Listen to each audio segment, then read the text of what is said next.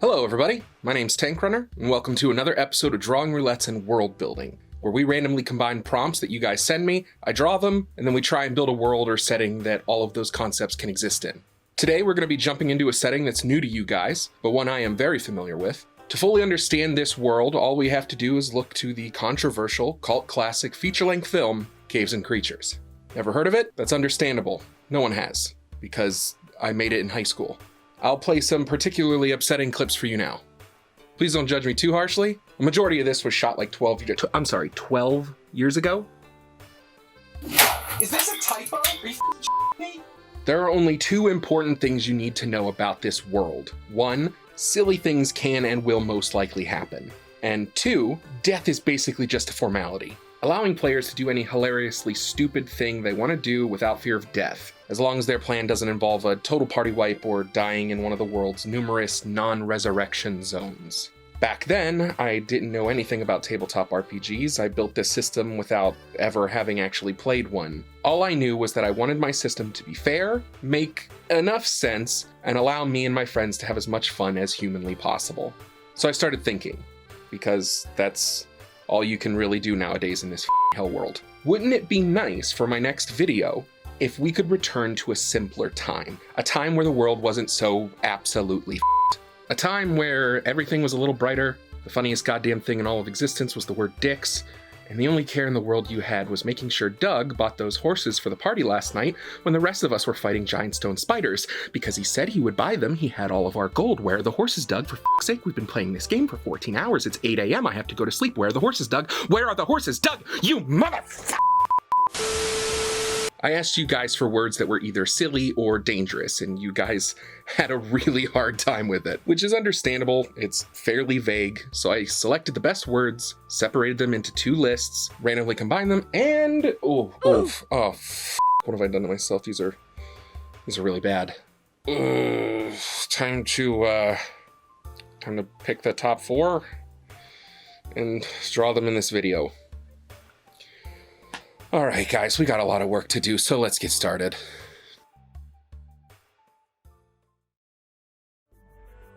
Naked and Dinosaur. Today I'm using an improved version of the cartoony style I used for Caves and Creatures. It was my way of making sure that you could tell which book cover hieroglyph doodles were mine. It's been a while since I drew anything in this style, so I'm excited to see how I do. For this prompt, I took some inspiration from one of my favorite YouTube channels, Unis Honest. Don't take the time to look it up. You probably wouldn't get it. He-Who, though, that's the good stuff. Look that one up, because I'm channeling that lunacy for this prompt right now. In a world where you measure height by how many horses you can stack vertically, and there are wizards that have museums where they collect petrified stone statues of butts, a little boy raised by wolves seems weirdly tame.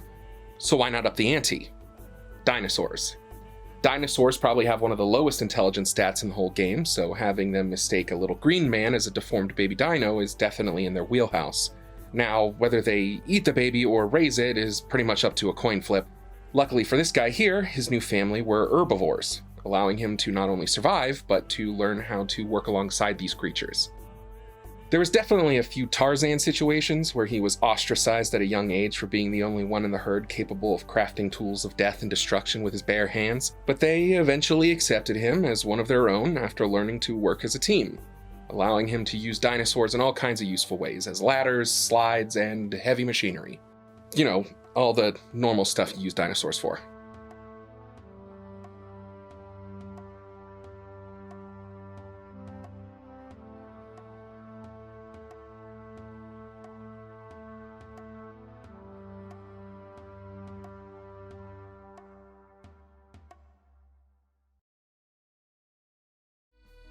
Unicorn and mindless. Unicorns don't get enough chances to fuck things up. They're always presented as peaceful, majestic, innocent, beautiful, despite the fact that they have a sword duct taped to their forehead. Let's change that. In Caves and Creatures, unicorns are deadly monsters that you don't want anything to do with. Unicorns are snobby, holier-than-thou types that stick to magic and corruption to hold power. only taking a life when doing so is deemed as worth getting blood on their coat.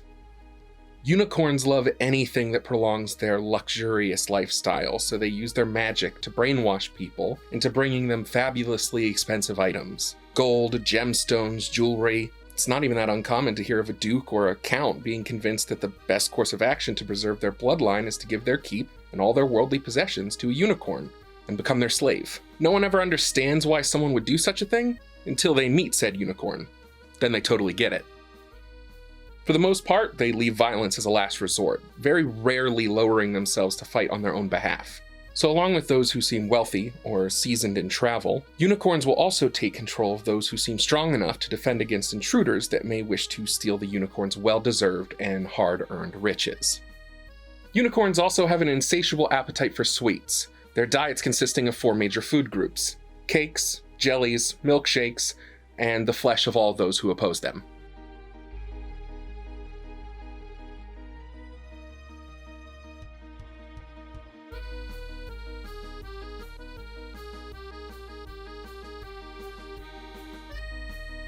I, the unicorn, demand that you travel south to the subscribe button and bring back the bell of notification as tribute to my glory.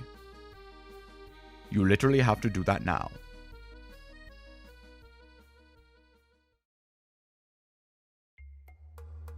Noodles and Trap. This is the first of the drawings I did for this batch, so this one may look a little different compared to the other 2 drawings you've seen so far, because it was done before I got into the swing of things. Personally, I think it's the weakest of the 4, mostly because I did it first, but don't worry, because I'm totally about to save it with this writing prompt. At least, that's what I'm hoping. I haven't written it yet. Should have probably cut that part out. Mimics are dangerous creatures that are capable of taking the form of pretty much any inanimate object. They do this to draw people into a false sense of security, taking the form of things like chests, barrels, jewelry boxes, etc. Items that will draw unsuspecting victims close enough for the mimic to take a bite out of them. However, mimics sometimes have a hard time understanding things like environments or room decor. They would see nothing wrong with a wardrobe in the middle of a jungle or a bedroom occupied by 45 lamps. It is one of their only downfalls, so if you're an adventurer who pays attention to your surroundings, who isn't greedy or doesn't eat loose bagels off the ground, you'll probably be fine.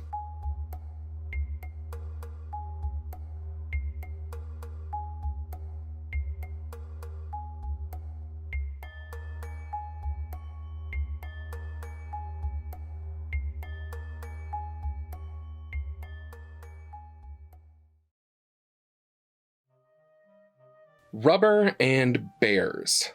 This one was a tough one because I wanted to add some extra effects to give texture. I wanted something similar to a bouncy ball, but not quite. I do think I could have pushed it a little more, but I'm still happy with how it turned out. There are few animals deadlier than bears. One of those animals is the rubber bear.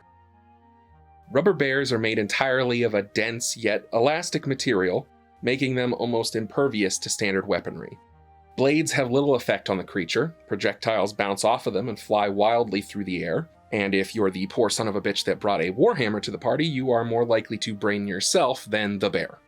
Rubber bears are horrible at letting go of a grudge, mostly because they're stressed out all the time. They're completely solid, meaning nothing can go in or out of them, which sounds weird that I know that, but what I'm trying to say is that they can't eat or do anything that normal bears like to do, despite still really wanting to do them, which causes them to be a bit ornery.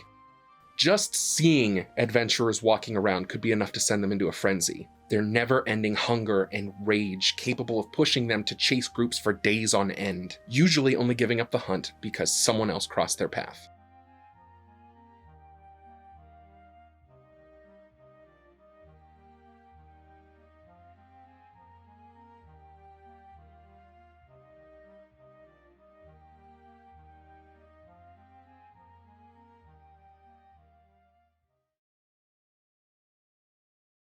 I had worries that cartoony drawings wouldn't work as well as the rest of the work that I've done for this channel, but surprisingly, I've spent pretty much the same amount of time on these prompts as I normally do, and I've had the most fun with this video compared to the others. So I think I'll try and do more things like this in the future. Special thanks to my friend Ben for playing the unicorn. He has a website and a YouTube channel. You should definitely check him out. He doesn't upload regularly as of right now, but he has plans to do so in the future. Links to all that stuff in the description. If you have an idea for a setting we could do in the future, or maybe you already have a whole list of prompts you'd like to see me do, go ahead and leave them in a comment below. If you want to take a crack at drawing any of the prompts I did, or any of the ones I skipped over, please send them to me over on my Twitter. I'd love to see what you guys make. But until then, thanks for watching, and I'll see you on the next one.